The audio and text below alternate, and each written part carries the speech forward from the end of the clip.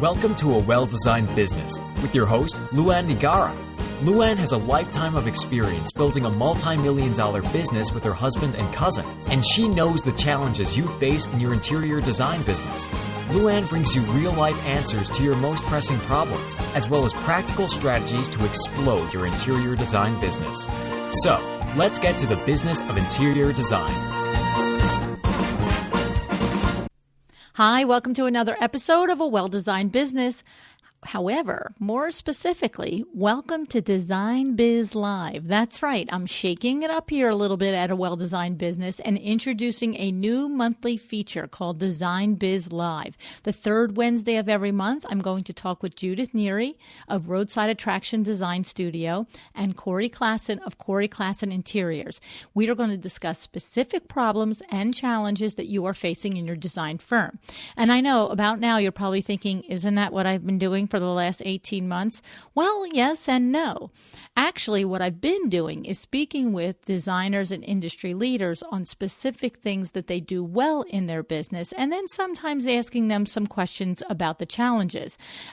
But mostly, I've been asking them to explain the things that they are doing and they're doing well so that we can emulate that. So now, we are going to handle questions that you have and ask them of these two talented designers, okay? So it's the same but different, right? Now, if you're not sure who Corey and Judith are, please head over to episode 170 after this show and listen to that one, because they, in that show is when I first met them, and we hear all about their firms and their background. And what makes this so really particularly, I think, actionable and worthy is because they run two types of firms entirely. Judith is a solo and Corey has a staff. Judith is on a small island and Corey's in a big city. And so what happens is we're going to get really valid perspectives that nobody can say, well, that wouldn't be that way for me. That wouldn't be that way for me, right? So this is going to be fun and it's going to be interesting. Now, what makes this live? Well, in addition to this audio podcast version, there is also a video available of the three of us as we talked. It will be posted on my YouTube channel, A Well-Designed Business, as well as on the LuAnn&nbsp Facebook page. And of course, I'm sure that Corey and Judith will be posting it on their social media pages as well. So here's one thing to know. This format is a little bit more laid back. First of all, you've got three crazies in one space. I'm just saying, okay? It's more like a coffee jam session, but make no mistake about it, we're still going to cover the business principles that you need to know in order to be successful. Because you know me, I'm always going for the takeaways.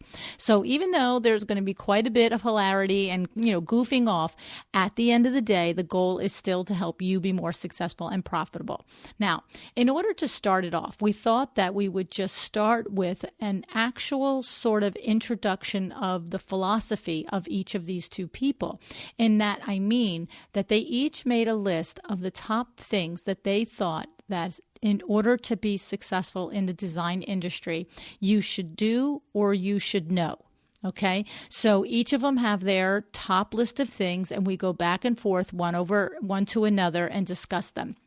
Don't worry about having a pen and paper if you're running and so forth, because if you go over to www.windowworks-nj.com/designbizlive1, www.windowworks-nj.com/designbiz1. It's DESIGNBIZ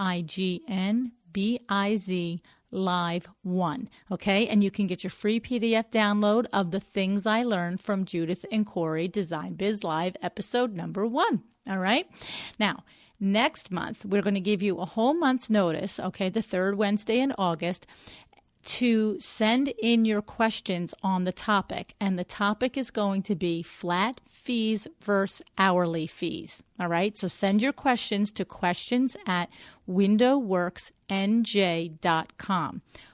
Questions@windowworksnj.com. Now, this is actually going to be really pretty fantastic because both Judith and Corey have different opinions on flat fees versus hourly. And so that in itself is going to make for great conversation. And of course, you know what? I don't deal with that in my business. So I will be really probing them on why they believe one thing or another to be beneficial. Okay. So please send your questions. We'll read a few of the questions on air and we will address the things that you want to know. Corey and Judith talked about this, and they feel that this may be a 3 or 4 show topic. So don't hesitate to send your stuff in because we're really going to pick this apart and get to the bottom of it. All right. So here we go on to the show. Be sure to watch it at a Well-Designed Business YouTube channel or head over to LuAnn&nbsp Facebook page to watch it. And I'm very curious to see what you think about it. All right. Let me know. I hope you enjoy it.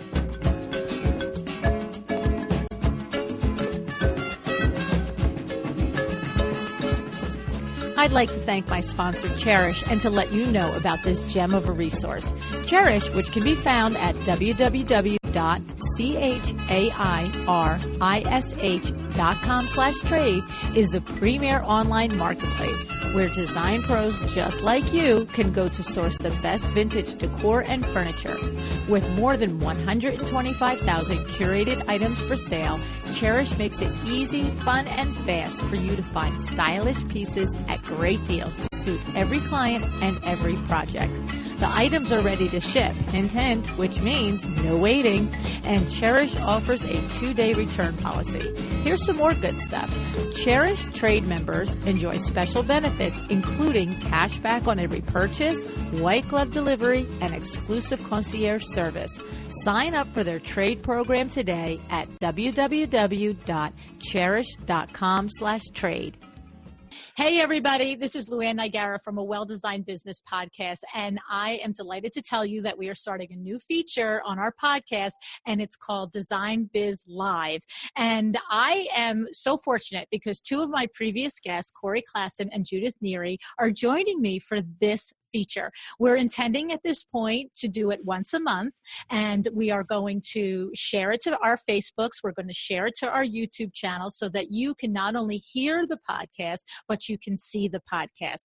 And so Judith Neary is, if you recall, Judith and Corey were in episode 170 of the podcast. You should go back because that's where you'll get all the information and the background on each of these designers and their businesses, because we talked about it. And that's one of the really wonderful gifts of having the 2 of them as the guests for this feature, because they have completely different businesses. Corey is in the city, he's in Vancouver, and Judith is in Vashon, which is an island off of the west coast of the U.S., west coast of the U.S., and it only has 10,000 residents. And so their businesses are very different. You know, it's almost like the Zsa Zsa Gabor, like one's a little bit country and one's a little bit city, right? Oh, Green Acres. Oh, God. Oh, my God. I'm country. I'll call it. So anyway, so what we're going to do is for this first show, Corey and Judith have decided that they would like to share the top things that you as an interior designer should have locked down in your firm. In future shows, we're going to take questions to questions@windowworksnj.com. So if you're a designer listening and you would love the perspective of a seasoned, talented, successful interior designer on the top things that you struggle with in your firm, you're going to email them to me at questions@windowworksnj.com, and we will start to feature those on the show. Okay. So for today, here we go. Now, we have already discussed this, that there's the top 10 things, and then we realize it's actually the top 20 things because there's 2 of them. It took all 3 of us quite a few minutes to realize that. We create beautiful things. We don't do math for a living, let's just say. So anyway. Well, we kind of do. I know, that's the part. You're right. We kind of have to do math every day, right? So anyway, so we have no idea if it's going to take us a half hour to get through 20 things or if it's going to take us 5 days. So if it takes 5 days, we'll break this up into several shows. So anyway, you guys, welcome to the show and welcome to Design Biz Live. I'm so excited that we're going to be doing this together. So Corey's on the screen first. Hi, Corey. How are you? And hi, Judith. How are you? Hi, LuAnn. Thanks for having us both. We're really excited about this. Me too. Me too. So, and this was, I'll just tell everybody, this was their idea. They came to me with it and I was like, oh, heck yeah, we're doing this. I love it. I just added the video component to it. I was like, let's do it and let's do it video. Like I put my lashes on straight, right? Yeah. So, all right. So these are some really brilliant designers and fun people. I'm really expecting this to be a great series for you guys out there for not only entertainment, but also for education. So Corey, get us started with the first thing that you think is really important for an interior designer to do in their interior design firm. Absolutely. Well, the first thing that I came up with was to be really completely obsessive about drafting and graphic communication. And for God's sake, spell correctly. I can't tell you. Really, we want to make our construction drawings beautiful to look at because we spend a lot of time on them. They should be works of art. Okay. So tell me, two things go through my mind like that. First one is, why does a construction drawing need to be a work of art? And the other thing is what does it look like if it's not a work? Like, what does a bad construction drawing look like in your mind? What is the contrast between good and bad there? Well, the latter part of your question is really easy to identify because it's about missing information, things that aren't clearly communicated, and that's where errors and mistakes can happen. What we're doing is we're producing a contract document, so we want to ensure that that contract document is clear from beginning to end, and that pretty much anybody that can read these things can actually understand what it is that we're doing. Okay. To go back to the first part is, why is it important? It's really about being fastidious. I love that word. Fastidious about the fundamentals of our job. That's one of the first things that we learn is drafting. Okay. And if we don't keep at it, or we don't become an expert at it, that flair or that communication method tends to drop off a little bit, and we really need to keep on top of it. And so construction drawings are really, it seems to me, they take the place sometimes of you at a project, right? So if a GC is out there and he's working off these drawings and he has a question, if it's not addressed in the drawing, some GCs might make their own decision, right? And say, hey, well, they didn't say what to do, so I'm going to do this. Right. Or you're going to get a phone call. Okay. And how long is that phone call going to take? Right. And then you got to go and find where that information is. And maybe you're in the middle of an important client meeting or doing whatever you're doing. Okay. Absolutely. Corey, so let's say, do you do a construction drawing, like say for only a full renovation, or do you do a construction drawing if somebody is doing, say, well, a kitchen, right? That would be one room that would have a construction drawing. So what do you say, either yourself or somebody in your team? Is it 2 hours to create a good drawing, 10 hours to, like, what time frame goes into creating it? And assume it's a kitchen. Does it matter if we take square footage? Do we do a 15 by 20 kitchen? Like, how do we? I don't think it matters. I think you should always estimate the number of hours to produce this full set of documents, whether that's specifications and drawings, should be about 100. That's usually where we find it. So 100 hours? 100 hours, but you're layering slowly bits at a time. Judith will have absolutely a different opinion on that. Right. Now, are we saying 100 hours for like one kitchen renovation? Like a kitchen? Whoa. Yeah. Okay, I'm just going to share with you typical. It depends on your software, right? But okay, but so this is like a huge aha moment. In 18 months on the podcast, I've never known that. And we often talk on the podcast about how it's important to express to your client the amount of work that goes on the back end. And I actually thought you were going to tell me about 10 or 15 hours. I was like, when you think of the typical client having no clue what you're doing. Yeah. It's layered, right? So when we produce the first set, you're not necessarily producing a final set right out of the gate. Okay. Because you don't have the information that you need to produce it. Okay. So you got to go through the process, go through the steps, right? Never negotiate that process. It's super important to keep those steps in order and don't advance something beyond something else because you get things out of order. Okay.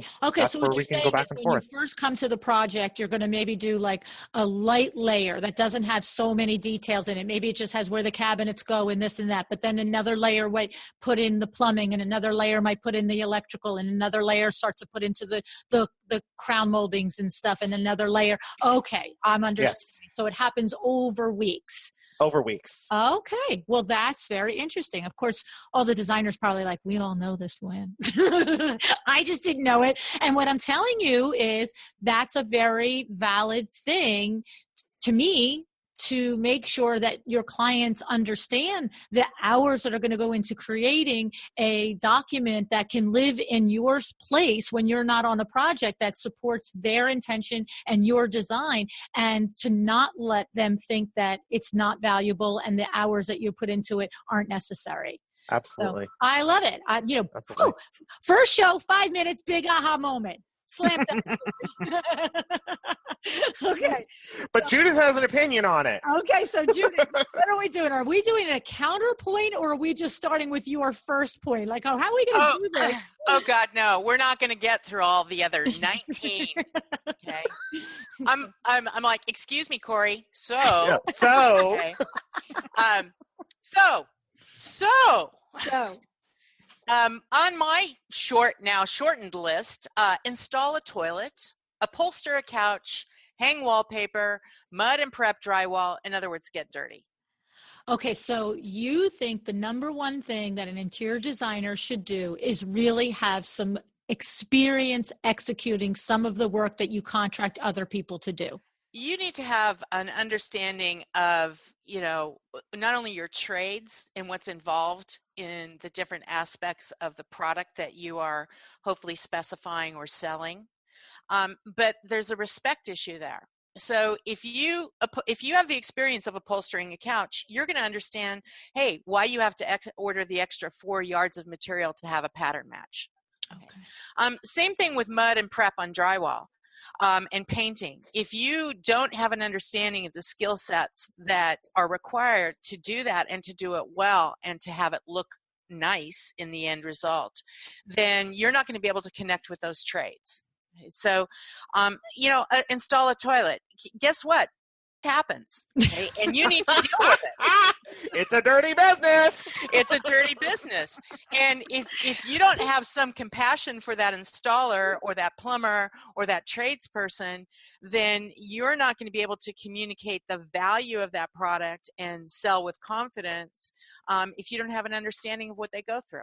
Well, it's funny that you ended it with that statement, because as you were describing the reasons why that you think it's important that a designer do these things, I was thinking exactly to what I just said to Corey's first thing. It's like, if a consumer has no idea that it takes 100 hours to create a living document that anybody with knowledge can work off of, it's the same thing. As your point is as an interior designer, I go through it all the time with, when you mentioned the 4 yards and, the repeat or the half drop match. I can't tell you the number of times that I'm standing there and really trying to express, I'm sorry, no, I cannot make it with the 19 yards that are left in stock and it's discontinued, and you need 21 yards or 20 yards. It's like, it's just a yard. Well, should I just stop the drape 4 inches short on the one panel? Like, I don't get it. You know what I mean? But at the same time, sometimes, like if it's a drape with 5 or 6 widths and we are 1 yard short, and it's a difference between using that fabric or waiting 6 months for a back order or not having it available at all, I might say to an interior designer, well, here's how I can make it work. I can do single tops as opposed to double turn tops. And then it's a whole discussion on, well, what is a single top? But to your point, if you've spent some time in a drapery workroom, or you've spent some time wallpapering, or spent some time putting in a toilet, you come to the situation with your trade with more confidence and more peer value level, right? I like it. Very, very exciting. All right. Now, I'll let Corey talk for a moment. Okay. Just a bit. Yes, go ahead, Corey. Well, my second point, which is really our third point, was really to take accounting classes. Know the difference between a markup and a margin, gross profit, net profit, and how much you cost, not how much you earn, how much you cost. Right. And that includes overhead, facilities, equipment to do your job. your hourly rate, getting back and forth, how much Right. you cost. Right. That My was super husband important. calls it, how much does it cost every month to keep the doors open? Every single operating expense, every expense related to salary, every expense to everything. He just says every month he redoes it every year based on, increases in utilities or increases in insurance, or maybe we paid off a vehicle last year and now we don't have an $800 payment. So we know every single year what it costs that year to keep the doors open. And the saying that they say that you don't in the world, like, you're working, well, I don't know, in Canada it might be different, but in the States it's like you're working all the way until August before you make your money, because the first 9 months of the year you're just working to pay your taxes. And so he's just like, every single month until we hit this number, we haven't made any money, folks. You know what I'm saying? We're just out here, robbing Peter and paying Paul, back and forth. Nothing is happening that's staying in the kitty for the end of the year for bonuses or, improvements or anything like that. So I think it's very smart. I think it's right. And then talk about a little bit net margin versus gross margin. I mean, you shared, because these are new terms for some designers. So for some, I mean, really what probably is the biggest thing is really the difference between markup and margin. Okay, tell me. The markup is a factor of which you want to earn your margin. It's not a 1.4 markup equals a 40% margin. It doesn't work that way. That's not how math works. No. But I mean, apparently we can't do math because we've got 20 questions. So So before I fall asleep here, tell us. Okay, my turn, because that's a different podcast. Oh, all right. You're totally straightening us out. Yeah. Okay, stop it. Okay, I got it. Move it on. We really got to get those laminated properly, right? Yes, I will work on that. I think you should put designs on them, maybe with your logo. I'll do that. Okay, so mine is work on a finish line at a cabinet manufacturer for 2 weeks, at least 2 weeks. And will most cabinet manufacturers just let you come in and do that? No, but you should try. You should do it anyway. You should call it an intern position and go do it. And the reason I say this, and it kind of tags to what I said previously, is you have to have an understanding of the human element involved. So in my business, I sell product on some jobs, particularly cabinetry.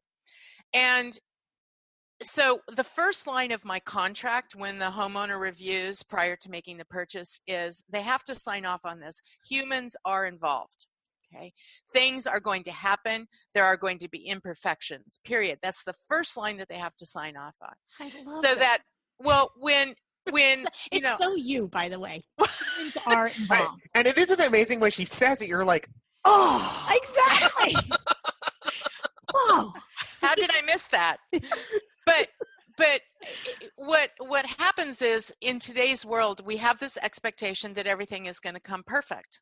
Okay, that wood is perfect, that everything is perfect, that stone is perfect. It's perfect, perfect, perfect. We have this expectation because we live in this completely unrealistic computer-generated reality. Okay, and the backstory is that, you know what? The stuff that comes from China may not be the best product because they don't have maybe the quality standards that we do here in American-made product or in North American-made product. But the end game here is that humans are involved. Right. So, and having that understanding that that error or that potential for imperfection is just in the nature of the business helps lessen the surprise or shock value when something does go wrong. Guess what? I told you to expect it. Now we're just going to deal with it. I love it, Judith. I love it. And when you've shown that as the first line of a contract, most people, I would think that I think most people crack up, and then some people are like, but that's not real. I don't have to sign that, right? And you're like, no, sweetie, you do. Yeah, I do. Yeah. I make them sign it. Yes. No, I love that. I love that. Very good. Because, and I deal with that in window works. It's like some people will be like, the drape is installed and they're saying it's not hanging straight, it's flaring out at the bottom, and I'm like, it's fabric.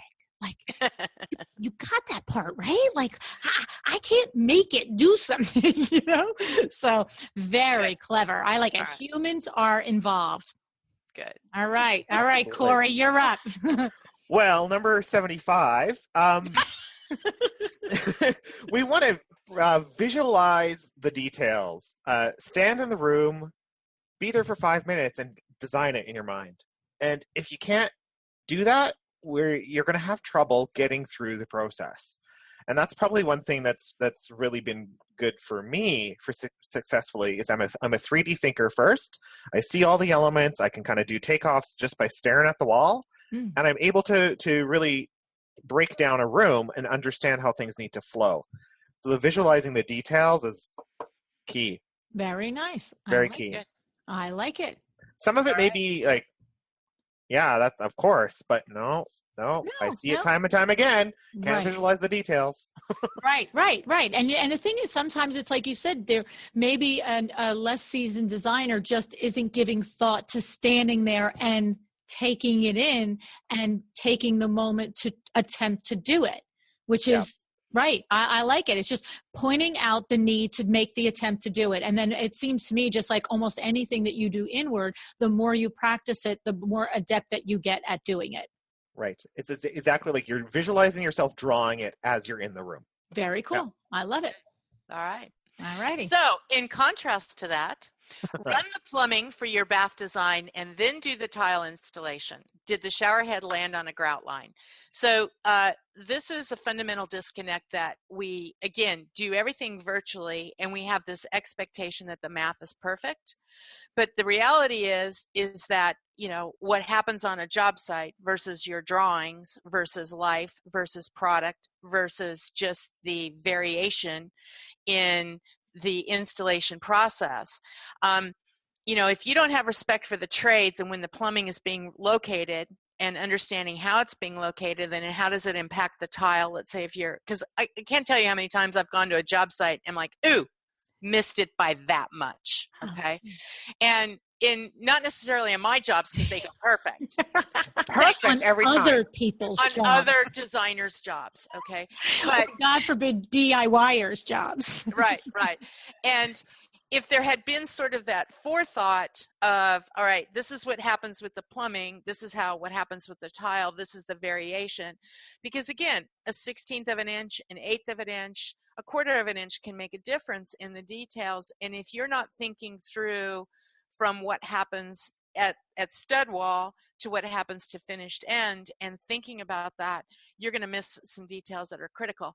You can only get that through hands-on experience. Okay.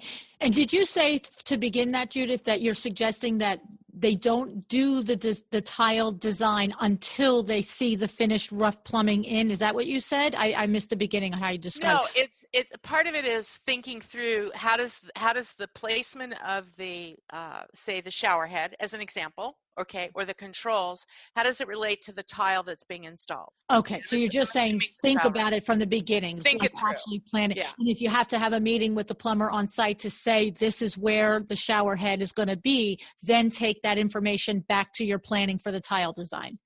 Right. So this is about that partnership. It's about not only, it's one thing to be a designer and put it on paper. Okay. It's another thing to actually get out there and see what happens and experience the physicality of what changes and how small dimensional changes impact the overall finish quality. Right. Well, I mean, that's logical. If you have a shower wall that's 5 or 6 feet wide and it's off a 1/4 of an inch, that 1/4 of an inch is going to throw the tile all the way across, So, okay. I love it. All right. Good advice. Well, my next point makes me kind of nervous, and I think a lot of people are going to need to hold onto their seats for a second because don't think for a second that going out on your own is going to be easy. It is the hardest. Can we swear? I don't think we can because I don't think I can get it. It's going to be the hardest stuff you've ever done in your whole entire life, but it's so rewarding. It's so much fun.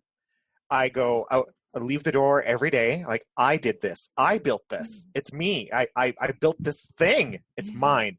but it's incredibly hard every single day. Right. So right. let go of your chairs for a second. Don't float up on the balloons or anything. Right.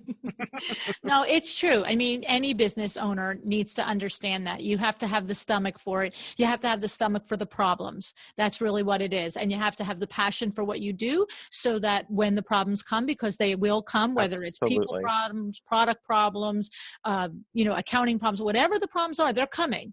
Don't always tell my people, don't get out of bed if you think you're not making a mistake. Don't get out of bed if you don't think there's going to be a problem. Just stay home, because that's the place it's not going to happen.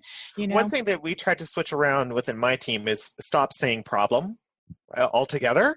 And I thought that was really key, because it actually allowed us to kind of open up a little bit more and say, oh, that word doesn't exist in the statement. So the only option is to solve. Right. It's the only option. Good. I love it. I love it. Very good. All righty. Ready? Yeah. Ready. Right. Date a lawyer and learn how to argue effectively.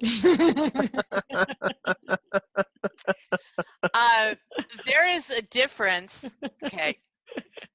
Well,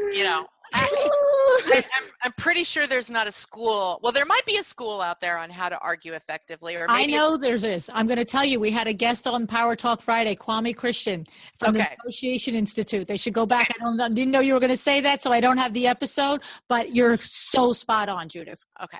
Because one of the huge challenges in our industry is, there's always conflict.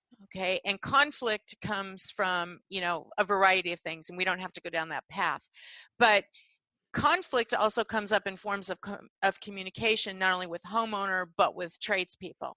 So it isn't necessarily an arguing. It's not that you're arguing back and forth. It is really about problem solving. Okay, so how do you get to what is the issue and what is the conflict, either from the homeowner's conflict about what's happening or what's not happening sometimes. And then arguing isn't necessarily a personal attack, but it's how do you resolve it and how do you do it effectively. So it's a bit of debating about providing your own personal perspective, but then it's also a professional perspective, and you have to get there in a way that provides resolution and doesn't create more conflict. Right. And there are legitimate steps that you can learn and skills that you can learn in order to be a better negotiator. It's one of my favorite things next to sales to talk about. I love negotiation. I love, and Kwame Christian was on the show, and he really went through, and of course he's got a podcast, and we'll put it in the show notes for this episode. But you are so right, because you want to resolve a problem. If you want to argue a problem, you don't need any skills. You can just argue. But if you want a solution with your contractor, your vendor, or your client, then you need skill sets in order to develop the skill set to listen, to rephrase what you understood, to clarify what you're trying to say, and to do it without emotion, and to do it without making the situation any more inflamed than it might already be. So I love that one. Good. Good. Thank you. Well, to parlay that over a little bit, I would say, and this is a little bit of a tricky one, and LuAnn, you're going to have a lot of feedback on this probably, is really use solid contracts with clients, but don't kill them with contracts. Okay. Right? But you want to use solid contracts. ASID actually has a set of contracts that you can purchase. Oh, okay. And they're generalized, and you still have to go through the loophole. And the other thing is, you had somebody on a podcast recently, and she was a lawyer. Danielle Liss. Yes. Yeah. And when I listened to that, I was like, wow, if she was Canadian, I would be. She might be able to help you. I'm going to tell you what, Corey, she might be able to help you, because her business is an online business, and so I wouldn't assume that she doesn't know. I wouldn't assume that she isn't either. Exactly. Right. So, well, and Kwame is also a lawyer too, but Danielle is a lawyer that specializes in the creative field, in design bloggers, lifestyle bloggers, interior designers, and the other really cool thing about Danielle is, if you remember from the show, you can call her for a one-off 1 hour conversation and ask for advice on a particular line item in your existing contract. You don't have to have her on retainer for 90 hours and cost you $10,000. Yeah.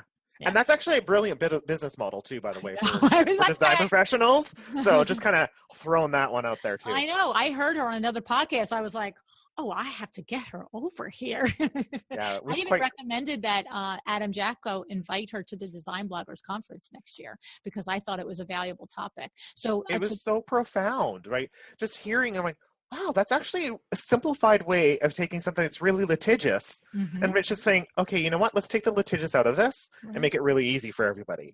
So that was really smart of her. Yeah. So you have, your suggestion is that they should have their own contracts or to download the ASID contracts if they're an ASID member, but the point is to have contracts. Yeah, I'm not an ASID member. I mean, I'm in Canada. I still bought them. Oh, you can buy them from ASID. Yeah. If you're not a member. I didn't know that. Yeah. Well, there you go. We should get residual sale, money. Right. I want commission ASID. Thank you. Oh, okay. Good point. It's the truth. It seems obvious, but you can't overlook that there should be contracts. You can't overlook it. I mean, you can call it a letter of agreement if you want to, but yeah. Right. Absolutely. All right. You ready? Ready for another one? Yep. Okay. Take out your nose ring. Go to work at Nordstrom for a year and learn how to dress. Oh my goodness. Find a style somewhere between Brad Pitt and Iris Apfel. Just saying. Why don't you just tell us what you really think? Okay. So let me expound on this. I was observing. Now, I'm a little bit old school, so not because of age, but just because I have no reason why I'm old school. I can't even there's no rational thought process. I just snorted. I know. So did I. It's like it's happening. But so what I observe oftentimes is I see trade professionals speaking at conferences. I mean, I saw one, and in fairness, they were on a stage, they were with other trade professionals, and they had looked like they had been at the Oregon Country Fair, hippie festival, okay? And my inner dialogue was, geez, put the sandals away, okay? Yeah. And that's just me, okay? I got a little worked up about it, but what I experienced, no surprise there. What I experienced here, I was struggling one day, like, oh my God, what do I wear? And my husband says to me, it's a jeans day. I go, honey, every day is a jeans day here. Okay? I wear jeans to work every day. You're looking at me from the top up, but believe me, I'm wearing jeans below. Right. And because what's very challenging in my community is if I dress like a designer. Okay, then it's too snooty for them. It's way too snooty, and they think I'm not from here. They also have this perception that I'm really expensive. Well, you know what? I might be, but there is this assumption that they make about me because I kind of don't fit if I'm overdressed. At the same time, if I go into the city for a project, I can't get away with jeans. No. I've got to dress designery. Right. And the biggest challenge is, do you overdress? Do you underdress? I mean, what is a style that's appropriate, fairly neutral, that still makes a personal statement without, I should say, challenging your customers' sensibilities. Now, I don't want to talk about, dressing to your demographic, but it is very challenging to put together something that is artistically appropriate, says that you're a creative person, but, you also have to find a way to be neutral, not dress above, not dress below, but dress appropriate. And today, some of the styles involve tattoos. So like, when do you cover up your tattoos? When do you take out your nose ring? When is it appropriate to put your earplugs in for the client that you're working with? So, or whatever they're called. Anyways, so that was my take, is really find a style that works and is appropriate to not only your client base, but makes you comfortable, but maintains a level of professionalism. Right. And I like your suggestion because you're not just blanket saying that you always have to be dressed up because you're a designer. You're really making the valid point. You're dressing to your demographic. You're dressing to you're dressing to where your client is comfortable. You're dressing appropriate for the situation. situation. So you could be in your area in Vashon where it's more casual and people have to not feel like you're like the big city girl coming in and trying to like take over the design land of the island. But even I'm sure meetings that happen at your studio versus a meeting that happens on a construction site probably even has a little bit of difference in there. Maybe the shoes are different. Maybe it's a nice ballet flat or it's a boot. No, Not really. You're good. Okay. So you don't have to step out of that. But you're right. You don't have to step out of that until you go to a city meeting is what right. you're saying. Okay.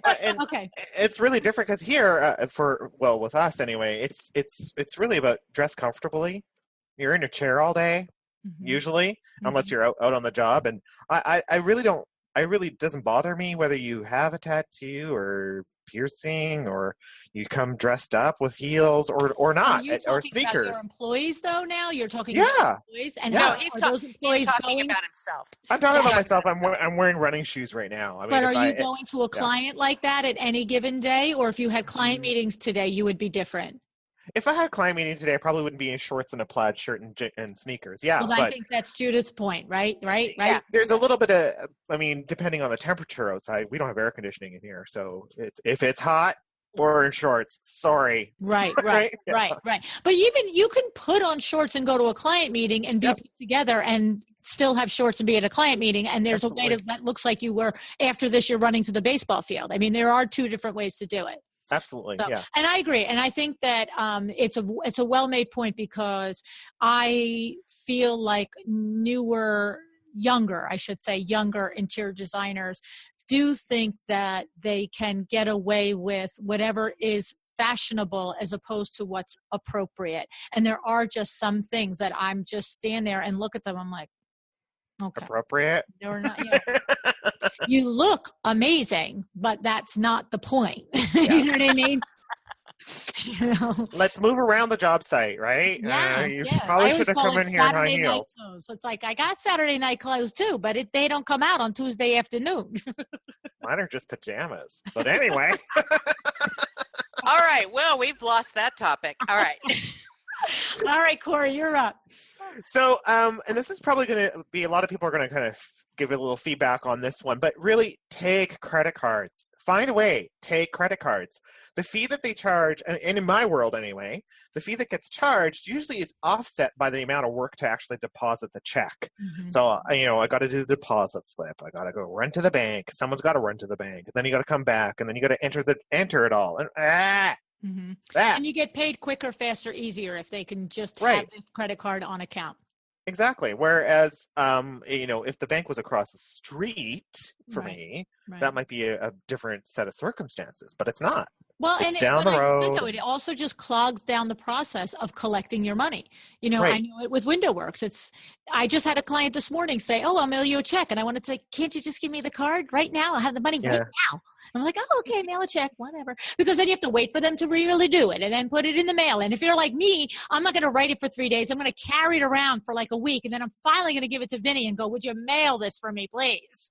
Right. Exactly. But it's part of doing business. Just be grown up and take credit cards. I like it. Yeah. Love it. All right.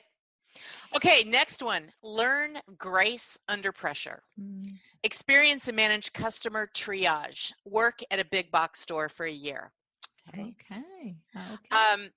Very underestimated to be in a retail environment and learning to manage multiple clients at the same time and maintain grace and be able to think on your feet and do problem solving. So really, if you're starting out as a designer and rather than go sit in a beautiful firm in downtown Vancouver, working next to Corey, go out and experience a retail environment, be it a plumbing showroom, be it a big box store. Just spend some time in the public because you will learn how to manage literally the challenge is to learn how to deal with pressure and learn customer triage and then maintain a level of professionalism. Very valuable skill. Can't learn it on a podcast, can't learn it from a YouTube video, can't learn it from watching a TED Talk. You got to go live it. No, I don't hire without it. Do you really? Okay. Don't hire without it. That they've had retail experience? Is retail or service? Absolutely. the more the better. Right. That urgency, that sense of urgency is actually very relevant in a fast-paced business. And that's where it comes back to like know how much you cost. Right. Like, in those environments that you got a sales objective, you have targets that you have to reach. You know what those environments are like. Right. So right. that's a brilliant thing to do. Yeah, and to Judith's point is you're learning, like you said, to be under pressure with your bosses, which is your point. But to Judith's point, in a retail environment, you could be in the middle of handling a client positive or negative interaction, and another one just walks in the door and is like, my thing got delivered wrong and I need it fixed now. And now, like you said, Judith, you've got this scenario happening, and how do you handle it with grace, and how do you diffuse the situation and not like any one person feel like they're not worth your front and center attention at that moment. Yep. I like it. Very insightful. Good. And to balance that. No, Corey, you have to go on to your next point because because you need to focus. You need to focus, Corey. That's right. So we really want to think about. That would be another thing. Learn how to focus. Right. So we're 75, 90 points. Anyway, so I think it's really important to follow through on everything. Think about the big picture and those unresolved little things hanging around. Holy cow. They're the worst. Nip those in the bud. They're the worst. Just face it and do it. Just do it. Yeah. Put your tail between your legs. Yeah. Go. And it's like one of those things, do the hardest thing first, right? That's like the thing that you keep kicking to the corner all week. I hate when I do that. I have to say I work against that a lot and I'm successful, but there are weeks where I'm like, oh, isn't this awesome? This has been on my to-do list since Monday and it's Friday. Like LuAnn, big girl panties. Let's go. Let's go. GSD. Okay. I love it. All right. Now, you're probably wondering what my next one is. I am. Okay. Go old school. Learn how to use a Sharpie and a paper to quick sketch your concepts. Okay. This is just basic artistic ability. Everyone is, again, so dependent on technology. I can have my tablet. I can draw it on my tablet. It's like, no, just pick up a piece of paper and a pen, and if a homeowner has trouble visualizing what is that end table and that couch going to look like, and what is this going to feel like, just do low tech, old school, quick sketch. Right. Homeowners are so impressed, regardless of age, of that sort of ability, because it is truly a visualization of the creative process. Okay, because you can just do it on the computer and render it really quickly. No. Right. So it is again, old school. Sorry to keep bagging on that, but it is a respected art amongst computer animation. You think it through first not against, but any artist is process of visualizing a project or visualizing a piece of artwork. There's some very quick sketching ideas to storyboard it out. Okay. Is that, Judith, is it something that is taught in design school? Because not everybody has the ability to see things. Right. No. So can it be learned? It can. And actually you should go to a true art school.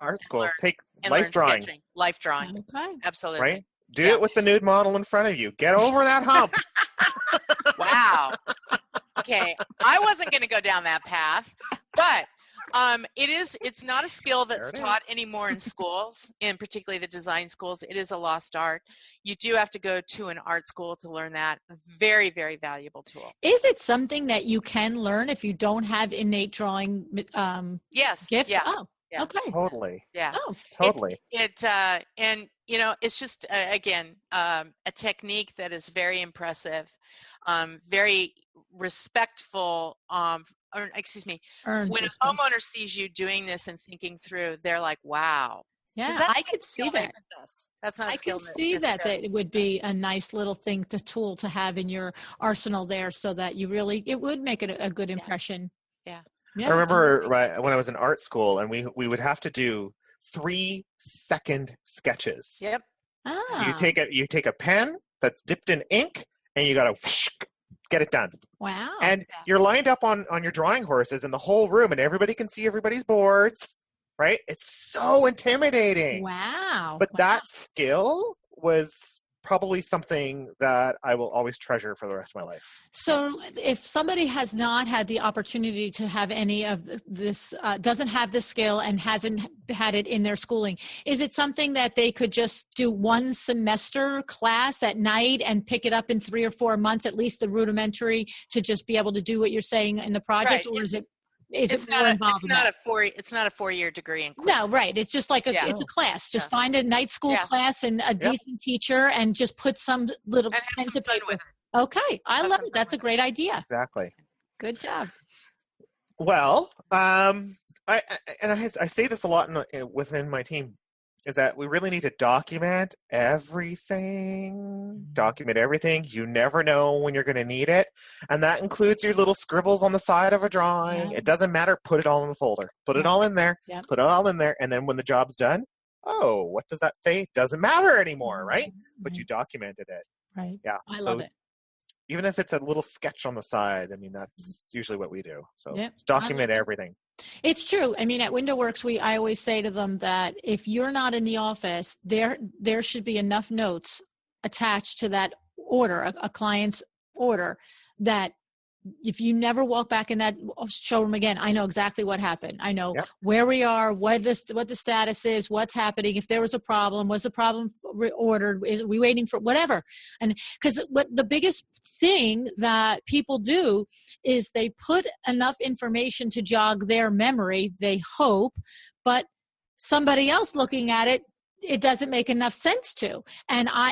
So my thing is, I always say to them, you need to make this sound like a 5-year-old could. If you read this to a 5-year-old, they would understand this. I said, that's how I want these notes. So, and if you're a lovely solo entrepreneur or solo business owner, and hey, not knocking that off at all, because I think it's a lovely thing, and I would love to be able to do that again sometime soon. Maybe, I don't know. We'll figure it out. We don't let your employees hear this. They're over there. But even now, I sketch something while I'm having a client meeting, or I write a note, and it doesn't matter if it's free flowing or whatever. It doesn't have to be in a notebook. It's on a piece of scrap paper, and that scrap paper gets into the project. Mm-hmm. So at least it's all being there. And then what we do is we transpose those notes right away into some sort of documentation software. Good for you. Then send them to the client, right? It's all there. I love it. Yeah. So. All right. Design something and build it. Not 3D model it, but get sawdust on you. She's one hard cookie, I got to tell you. She is getting a tool belt on every designer in North America and across the world if it's the last thing she does. Well, and again, this goes back to this, we can model it and then use 3D printers to build it, right? So we have this process or this expectation that I can come up with this incredibly wonderful thing, but I don't necessarily have the skill sets, the knowledge, or the experience to physically build it, because I can just push a little button and somebody will build it somewhere else. Mm-hmm. So when I came out of design school, I knew I didn't want to be a residential designer. Whoops. Kind of got what I didn't expect, right? There's a law of attraction for you. So one of the things is I went and enrolled in cabinet making and millwork. So I spent 2 years in a cabinet and millwork course, and I was the only female in the class. And so between learning how to run the equipment, how to manipulate materials, how to build things, how to design, more importantly, how to design things, and then to build them. Because in the process of the design, so I had this vision, right, of this huge giant thing I wanted to build. And I'm like, well, great. Now how am I going to do it? I have to reverse engineer it and figure out how to build it. Okay. And so, in full disclosure, I own more power tools than my husband. Right? So I bought a compressor and a whole, anyways, for myself a couple of years ago as a Christmas present. So yes, I own more tools than most men do. But when you have that knowledge of how to physically build something, okay, then it opens up creative possibilities that you may not have explored before because you have a fundamental understanding of how things are put together. Okay? I love it. So it's like, as an example, you design an island for a kitchen project. Well, no, it doesn't come fully assembled in a box and you add water and it explodes into action, okay? You have to assemble the parts and pieces, so you have to think like an installer. You have to think like you're going to build it yourself. And what are the components and parts and pieces? And while, yeah, we can take parts and pieces from cabinet manufacturers and put them together like Legos and make something beautiful. But understanding from a design concept, here's your vision, how does that physically get built? And do it. Freaking do it yourself. That's it, man. Live.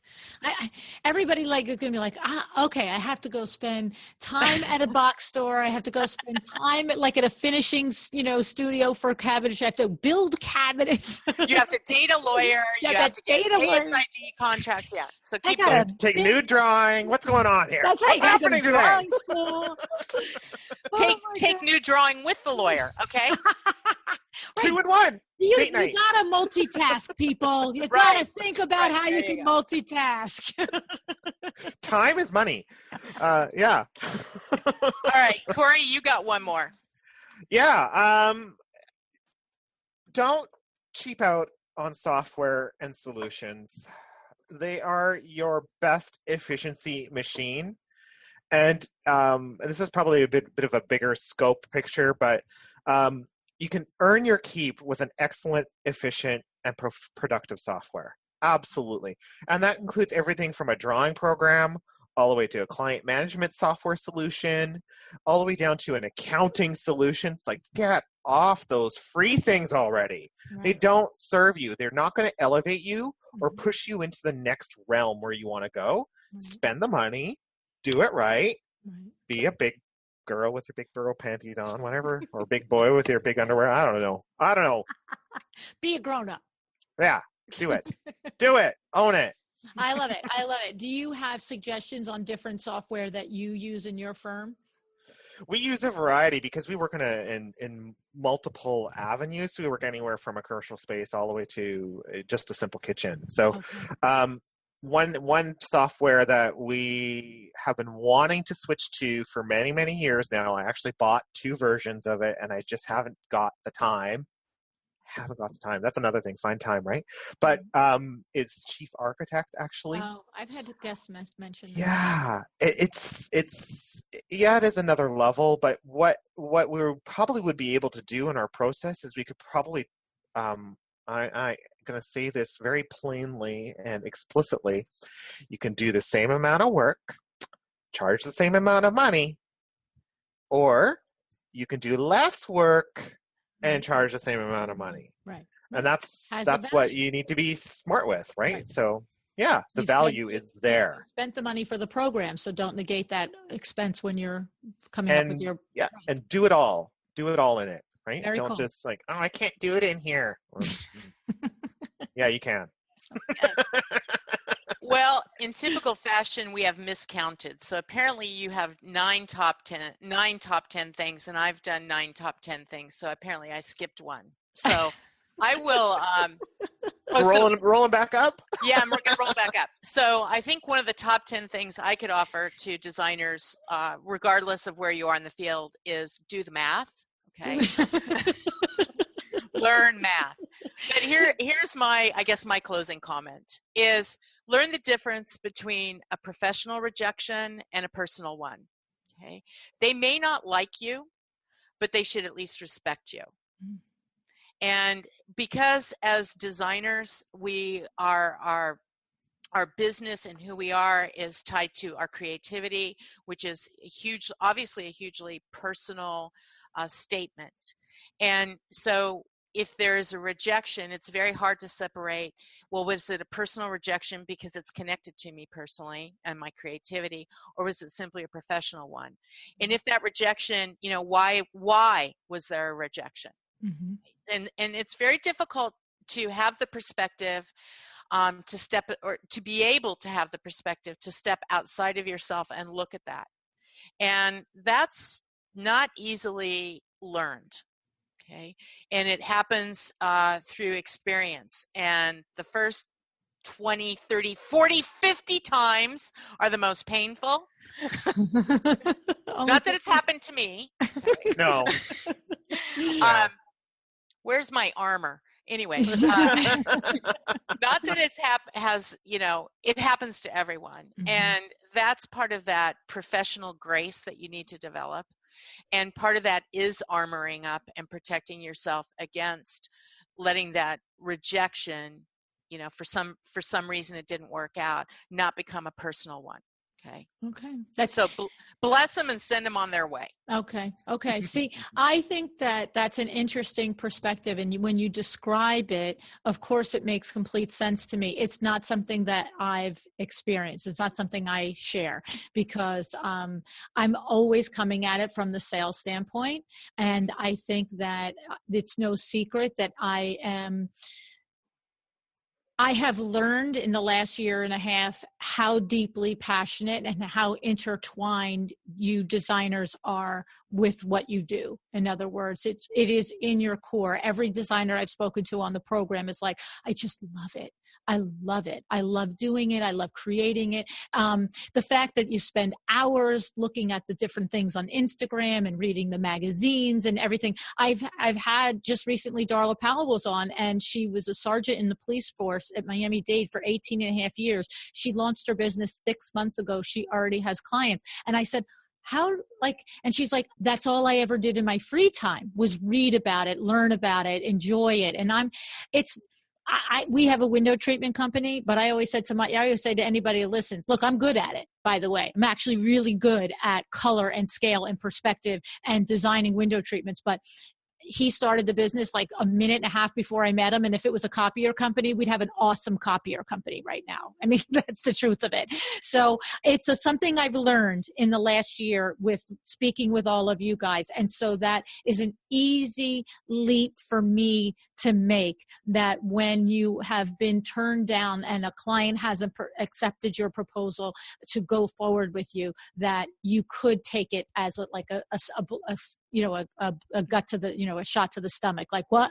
You know what I mean? Whereas me, I'm like, okay, moving on, next one. There's 5 more waiting for my quotes. Let's get it going. And so it may not be a client to designer rejection. It may be a boss rejecting an employee, or you as the employee. And it's usually not a personal matter. Well, unless it is, which is a whole nother matter. But I think it's really profound. And if you can lead through, don't stop you from leading through your heartstrings, right? But it's really profound. No, but you have to develop, like Judith said, some armor. And for me, I would say it's perspective. To me, it goes back to when you are surprised and upset as an entrepreneur, as a self person, is someone in their own business, that there's a problem today. It's like, you're not going to close every sale. You're not going to close every contract. You're not going to get every job that you apply for, every position that, even if you take Judith's advice and go work for a box store, not everyone is going to hire you. So I think that I just am a little bit more like Judith has been sharing a lot of cutthroat, like, just do this, just do this, just do this. And that's where my cutthroat comes out. I'm like, you're not getting every contract. Don't worry about it. Don't stand there and wallow about the one you didn't get, because I know that the universe puts in your path the ones that you're supposed to do. And if you didn't get it, if you know you did your best, if you know you presented the best project, if you know all of those things, then you didn't get it because it's not supposed to be yours. And you're going to be, if you had a crystal ball, you would know that it wasn't yours. Now, if you didn't get it because, you went out with your friends till midnight and didn't do a good proposal, if you didn't get it because you you schlocked something together, that's a different story. You're not being a professional business person. Or if you didn't get it because you left your nose ring in. Exactly. Yeah. I mean, it's just, but your point is well made, is develop a professional perspective on everything that you do so that you don't get a gut check on the things that don't come to fruition. And always be closing. And I have the compassion for having a disappointment about it. But you can't get paralyzed is the point. You can't walk out and not expect it. And when it happens, you can't be paralyzed. You just got to push through. I love it. Good for you. Absolutely. Good advice. You guys, it's so funny because you both have such complete different tips, but they're all so good. Like, it's like hysterical. Like, it's like the yin and the yang of what you need to do in order to have a successful firm. I love it. And I think, sometimes what Judith and I can do is we'll create the list like this, and they're contrasting, but you know what? We totally came up with the same list. Yes, right. Well, yeah, and what it is a lot of things are the same, but they're expressed in a different way. Like, you have a different passion point on it. So when Judith is saying, make sure you understand the trades and make sure you understand what goes into creating something and all of that, I would just jump on a leap and say, you can't create a beautiful construction document if you don't know how to do those things. So it's sort of the same, but different, you can't do one without the other, and different way to look at it. I think it's awesome. Absolutely. Well, thank you. I think this was a raving success. I'm not that sure about anybody else, but I think it's a raving success. We got LuAnn all worked up. That's it. She's on fire. That's it. She's live. I have to tell you guys, it's so funny because when I was trying to think of the name to call this, share this with everybody, of course, anybody who wants to be on our email list, they can simply text the word Design Biz without any caps and without any spaces, Design Biz, to the number 444-999. So that's our thing. We have that going on. So then I was like, okay, we're going to do Design Biz chats, Design Biz talk. But the funny thing is, I kept in anticipation of this because you guys are so much fun and you make me be my real crazy self. All of my kids are all from 28 to older, right? And when we're all together at an event and I'm so happy that they've all gathered, and maybe it's the first 15 or 20 minutes, but everybody's coming in the door and this and that. And then I'm like, and you're here and you're this and this and that and the other thing. And then all of a sudden one of them will go, oh my, Mom's live. Or lose live, you know what I mean? So I just thought, well, it's going to be Design Biz Live. That's what it is. Good deal.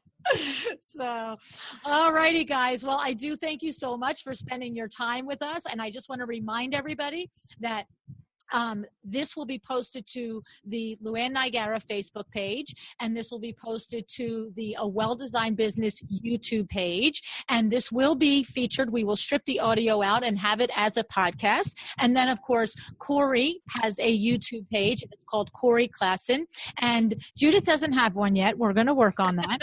And then, of course, they are both going to share it to their personal Facebook pages, since this is not really facing to their consumers. So if you want to go to Facebook and friend all three of us, Corey Klassen, Judith Neary, and LuAnn&nbsp, and then what'll happen is we are going to, I think we did a really good job this time, and I think I could attempt the Facebook Live streaming as we're doing it. So we'll try that for next time. And then everybody, all of you out there, you can join in with us while we're doing it. I don't know if I can talk and read questions at the same time, not making any promises. It's like balls juggling. I'm not sure about that, but we can try.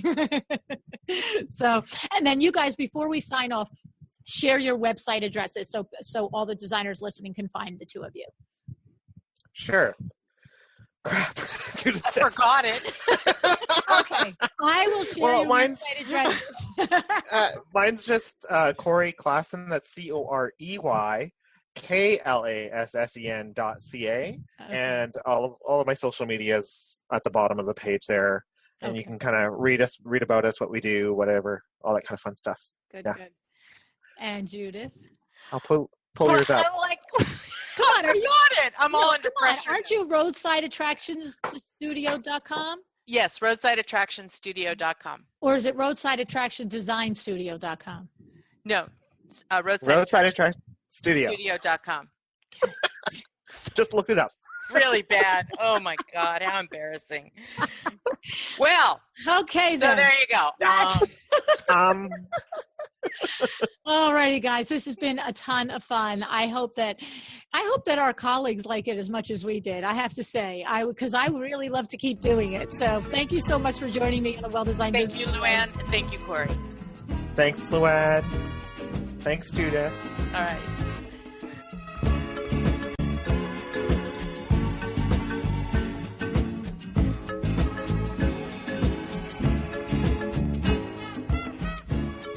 I'm so proud to tell you that our podcast is sponsored by Cravat Inc., featuring CuratedCravat.com.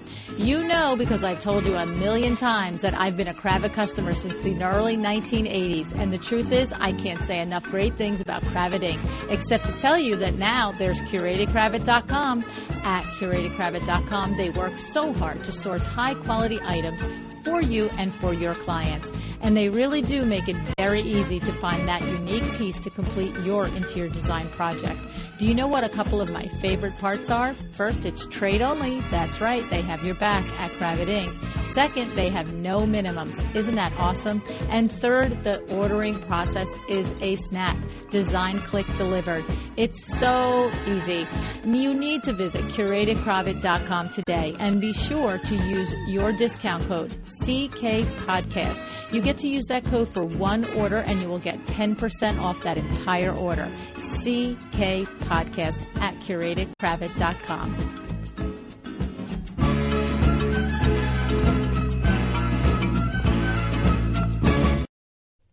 So, what'd you think? And have you gone to YouTube or Facebook yet to watch us? I don't know. We had a good time. I hope you did too. Don't forget your free PDF of their list is right there at www.windowworks-nj.com/designbizlive1. And let me know what you thought and send your questions on flat fees versus hourly to questions@windowworksnj.com. All righty? Okay. We have only a couple of weeks left to Las Vegas market, and I hope that you, if you're going, you've RSVP'd to both name that vendor and Design Uncorked, right? You got to get in on that. And if you need to know about the RSVPs and how to do all that, you have to be on our email list, right? Get on our email list so easily. Just text the word Design Biz, DESIGNBIZ, no caps, no spaces, to the number 444-999. Alrighty. Thank you so much for the recent iTunes reviews. I do love them. I appreciate them. I value them.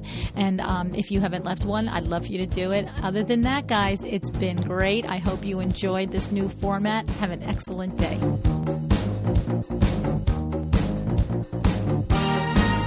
Thank you for joining me again today for another episode of A Well-Designed Business. This podcast is a production of WindowWorks in Livingston, New Jersey, your trade resource for custom window treatments and awnings.